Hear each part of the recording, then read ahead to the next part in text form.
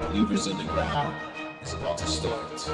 Sit back, relax, and listen to the truth. You need to know the real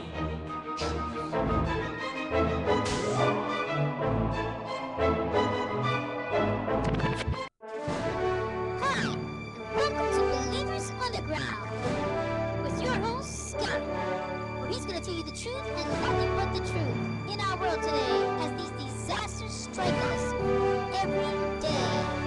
Amen. Good morning, everybody. This is Scott with Believers Underground. Melting, and it's melting. And when you continually have these solar events happening, man, it's flashing that ice pack. It's superheating it. You got holes in your ozone. You got a hole in your magnetic field. It's getting through, man. I mean, wow, they're spraying this $5 trillion project above you, folks. That's a geoengineering project. It came right out of CNN. I have it in a link. And on the video from 2-3 years ago, I don't know, it's been a long time, with the actual document that they gave to Congress, okay, the whole PDF file, and then another link to another PDF file that was delivered to the House of Commons. It's the geoengineering. Point blank tells you that they're doing it. Well, they're doing it. After Chernobyl blew back in 1986. They came out in 87 and said, oh, you got a hole in your ozone, and, it was caused by R12, which is refrigerant, and aerosol cans. Remember? And everyone bought into it. Oh, you're right. Let's do something green. Let's do something for the globe. So they handed over all the aerosol factories. They handed over all the R12 factories. These are resources, folks, and you just handed it to them with no validation that those things did anything. Why they needed that stuff, and they take it from you free, man. And then you had to go rebuild all these new factories to deliver this other stuff. Okay, it nat taxed you. Okay, now that project, they needed those aerosol factories. Okay, it had nothing to do about your underarm stinking. It had to do with the aerosol factories. They needed it for their chemtrail project. That's a radioactive forcing of aerosols project, okay? To fight the feedback effect. That sun hits the ice, reflects back out into space. The ice ain't there now. So the sun's hitting the ocean, and it's absorbing the heat. It's hitting the land, and it's absorbing the heat. If you ever take a black piece of paper and a white piece of paper and you put it under the sun and you put a temperature gauge on the black paper, you're going to find, man, it's like 20 degrees hotter than the white, okay, because of its reflective properties or its absorption properties. Well, that's the blue ocean out there, man. It's not white. And, this is a domino effect for what you're looking at. But before that, it was pollution, pollution, pollution. That's all they were talking about, pollution. Oh, smog device your car because of pollution. Well, I can dig that. Pollution sucks. They could have went to an alternative technology. I mean, we didn't even have to use gas. Or heck, you can make biofuel out of hemp, man. That stuff grows super fast. Not these manipulated blends and stuff, man. I'm talking about just regular hemp, man. You can't get high off it. It'll give you a headache. But they made rope, they made denim, they make house materials. It grows super fast. You'd be 9 feet, 10 feet tall plants within, a matter of months. That means it's a super fast biofuel. You can start producing that hand over fist. Instead, they're using corn and sugar, which are food. Okay? Food. That other thing's a weed. Okay? Weeds are expendable. You use that for biofuel. Food isn't. Especially when you got 26,000 children dying a day from starvation and treatable diseases. Especially when we're rolling into some bad climate ahead. Okay, you're going to have poor delivery mechanisms. Okay, that means shipping lanes will go down. That was one of the executive orders that Obama signed last year. Okay, Skybird Bird put it up in a video. Yeah, and I rebutted on it and put it in one of my videos. But yeah, you're going to have problems with shipping lanes. That means you can't get product.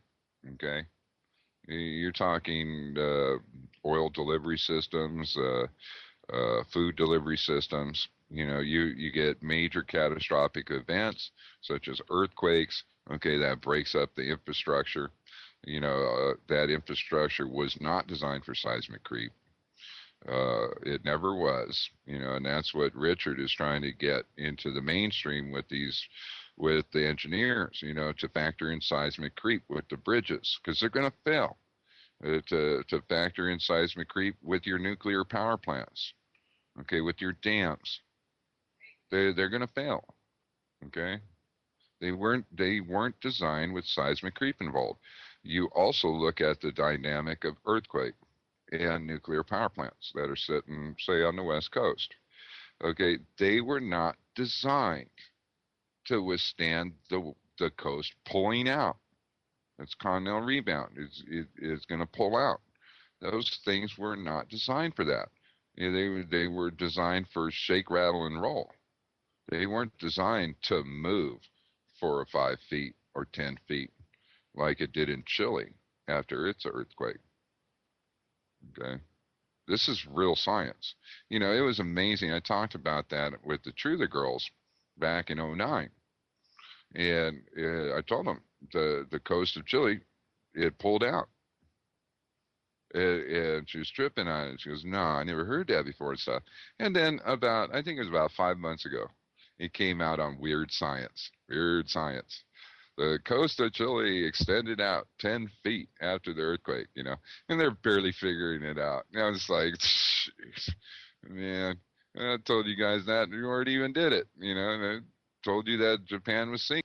Well, let's look at your dynamics there. Now that we talked about what's happening over here on the West Coast, let's go in Cascadia. Let's go over to your Illinois area.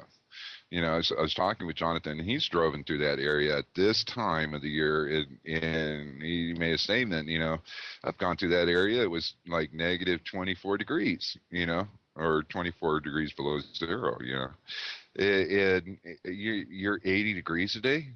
Holy smokes, man. Talk about climate change in your face. It's like, what, 80, 100-degree flip in temperature, and that brings me great concern.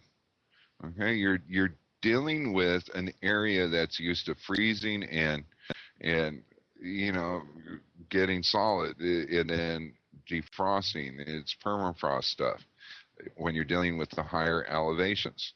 And you didn't have the permafrost melt and refreeze this year. It's just sliding, okay, which is causing expansion going downwardly, okay. You got the West Coast over here that's pulling out, okay. You have the East Coast that is starting to get more and more earthquakes on the mid-Atlantic range, and I've told you why. Okay, you got water pulling off the coast of the United Kingdom and Canada, and you've had a 4.5, a 4.9 in that area where it's pulling. It's sinking the ocean floor there, folks. Okay. Now, you had some of the media outlets say, oh, well, that rain went over into Venezuela and that rain went over into Australia, and that's where that water went. That's baloney. Their own scientists tell you point blank, it didn't go anywhere. And I give you the reports and the science. And the ocean is actually creating a new river system on the bottom of the ocean. Okay, it's called the Norwegian Icelandic Jet. You're set up for all kinds of dynamics. And then over to the left, you got Greenland rebounding.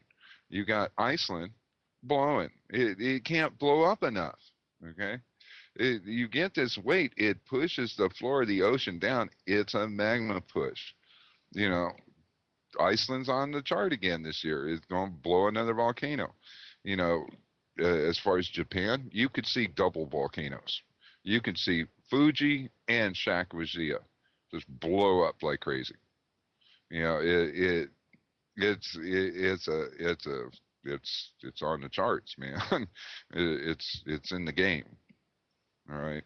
And I mean, I could look at the top of the globe, which I'm doing right now, and I could look right at this fist of earthquakes that are going on the lower part of the Filipino Fault, going all the way up to the Coral Islands. It looks like a big L. Okay. You can tell that area, that whole region's destabilized. It's bad news central from here on out for that area. The ocean floor liquefied, man. It's going to create new pressure and stress dynamics on the lower fault, and it's doing it. And then you get the permafrost melting above it, so you're getting stretch. And then you get the ice coming off these areas, and they rebound. It's like the quake that they had up there in North Slavobod, okay, which is about 114 miles east northeast of Nord Greenland, or the upper part.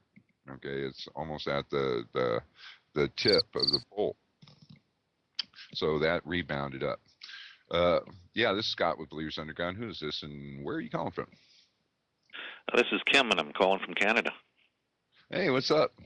What's up, eh? Yeah, not too much.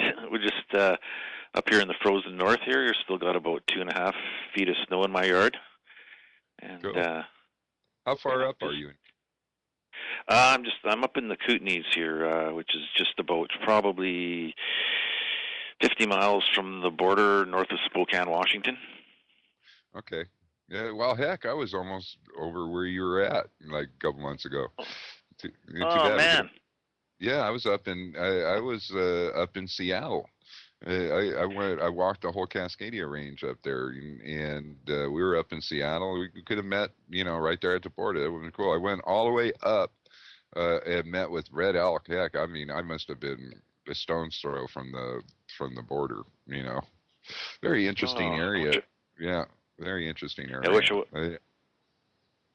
it's too bad because would have loved to have met Pastor Scott of the family Owen, because I discovered you about a couple of years ago through the Truther Girls online there, and been sort of following what you've been doing with the post-glacial rebound effect. It's very informative, very interesting. Never heard anything about that before, and I'm just really, really grateful that you're spreading this information around to people. Well, yeah, because it's going to save lives, man. We have to be good citizens. Holy smokes, people don't even know how to be a citizen anymore. To love their neighbor like they love themselves, man. They forgot it. It just went into the garbage can or something. I don't know. Well, I haven't forgot it. Yeah.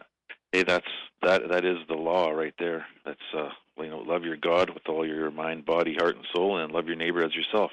Jesus said it's that's the law hinges on those two principles.